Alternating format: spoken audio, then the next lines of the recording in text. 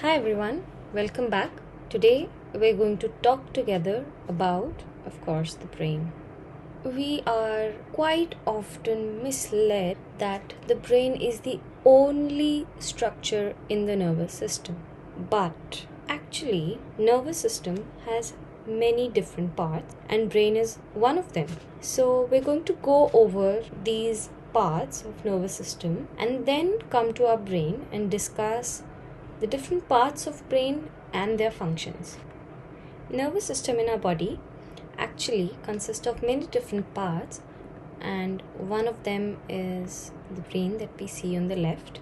It also contains the cranial nerves and the branches that come out of them. So they are nerves spread all across our body and they are also a part of the nervous system.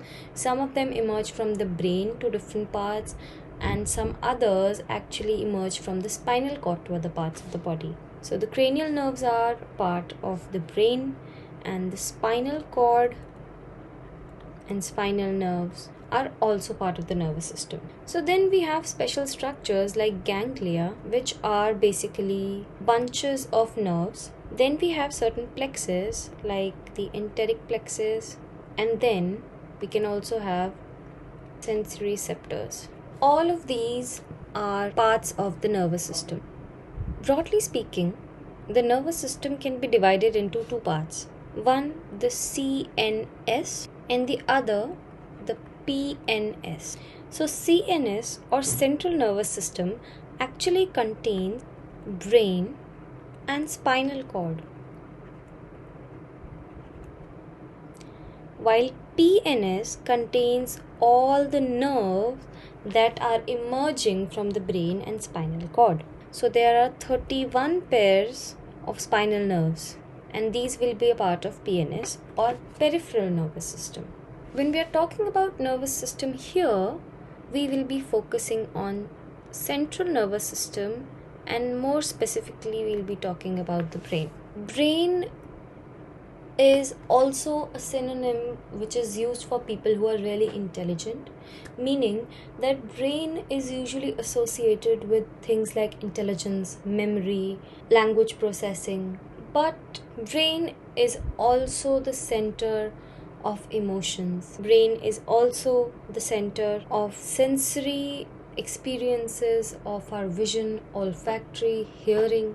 So all of these functions are associated with brain, and we should remember to not just associate the cognitive functions but also the emotional functions. So brain has four major parts. First is the brain stem, then the cerebellum, diencephalon, and cerebrum. This is a diagram of the brain that I have created for all of you, and here I will be marking one by one all of the parts of brain. So first of all, we're going to start with the brain stem. Brain stem, or hindbrain as we call it. Now keep in mind, this is the lateral view of the brain, the hindbrain or the brain stem. So what are the different parts of hindbrain? There are three parts to hindbrain. Pons is present here. The second part of hindbrain is medulla, and the third part is spinal cord. What hindbrain does is that it is deeply involved in movements that are involuntary. So some of the movements, like breathing for example, is controlled by pons and medulla both. We have breathing, then we have heart rate, and heart rate is controlled by medulla, blood pressure. So all of these movements, even salivation actually, is controlled by medulla in the hindbrain. We can talk about the cerebellum. So which one of these structures is the cerebellum? Cerebellum is the second largest part of the brain, and it is also a folded structure like the cerebrum. So what does cerebellum do? Well, cerebellum is involved in the skeletal muscle movements. It also contributes to equilibrium, balance, and posture. So think about riding a bicycle. Which part of your brain is helping you to balance yourself on the bicycle? It is actually cerebellum. So cerebellum evaluates how well the movements are being done. It is not only helping you in maintaining your balance and posture, but it is also monitoring how well other movements in the body are being performed. And if the movements in the body are not smooth, then cerebellum sends signals and creates a feedback so that these movements can be corrected and done much smoothly. Here in this diagram, which is a longitudinal section of the brain now, you may be able to see the cerebellum much more clearly. You can see the different foldings and you can see how it is connected to the midbrain as well.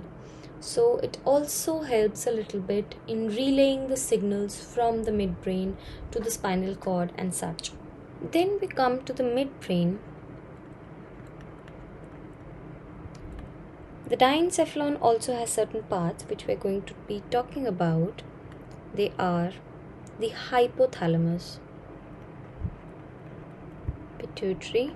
It also has pineal gland, but we're not going to be focusing on that right now. So what does the midbrain or the diencephalon actually do? Diencephalon becomes the central core of the brain tissue. It is just a little bit above the midbrain. It has hypothalamus, pituitary, thalamus, and it basically helps in relay of sensory impulses throughout. Whatever sensory impulses are being sensed by the body, they are being transferred to the cerebral cortex of our brain. And by whom? By the diencephalon. So it is basically sending or transmitting the signals to the outer portion of the brain, that is the cerebral cortex. So it transfers the information from the cerebellum to the cerebral cortex. It also connects different parts of the brain. Hypothalamus is a very important part of our brain. Hypothalamus is involved in homeostasis. It creates an environment of perfect equilibrium in our body. Also, all the sensory impulses like vision, hearing, olfactory, all of them arrive at hypothalamus. So it is also the center for sensory impulses. We also know that hypothalamus and pituitary work in tandem and secrete hormones that help with different functions of our body. It also controls certain things like the movement of food through the GI tract, that is the gastrointestinal tract. It also controls our urinary bladder. And then interestingly, emotions like rage, aggression, pleasure, pain, they are also related to hypothalamus activity, and even sensation of thirst. Let's come to cerebrum now. Cerebrum, my friends, is this folded outer structure. As you can see, is a large portion. Actually, in fact, it is the largest portion of the brain, and there are two hemispheres of our brain called the right and left cerebral hemispheres. And cerebrum, my friends, is also called the seat of intelligence. One of the things that you can actually notice about cerebrum is that it has a lot of folding. This folding actually provides the cerebrum with a lot more surface area for all of the nerve conduction. So what are the functions that cerebrum performs? Cerebrum is said to be associated with muscle tone and very specific body movements. Different parts of the cerebrum are specialized for different functions such as hearing, sight, smell. Cerebrum also is associated with memory and emotions, intelligence. It is also associated with judgment or discernment, as we call it, and it is also associated with personality. So cerebrum has a lot of functions, as you can see, and hence obviously it is called the seat of intelligence. And then I also know that it is really fun to compare what are the functions of the left and the right side of the brain. So the right side of the brain is usually associated with space and pattern, but the left side is actually associated with numerical abilities